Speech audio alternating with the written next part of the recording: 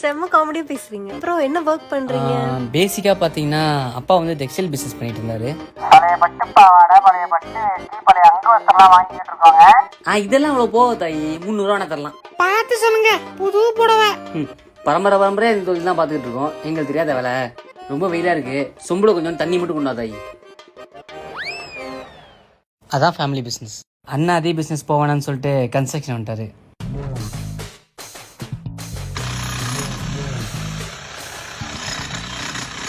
So அவங்க பண்ண பிஸ்னஸை நம்ம பண்ண வேணாம் அப்படின்னு சொல்லிட்டு நான் இப்போ ஜுவல்லரிஸ் ஃபீல்டில் இருக்கேன். போ 2 செவன் தரும். சீக்கிரம் போடும். கோல்டு ஃபீல்ட்லாம் ரிஸ்க் அதிகமாச்சே. ஆமாம்மா, ஜுவல்லரினாலே ரிஸ்க் அதிகம் தான். பட் ஆனால் நல்ல ப்ராஃபிட் கிடைக்கும். உங்கள் ஸ்மைல் க்யூட்டாக இருக்குது.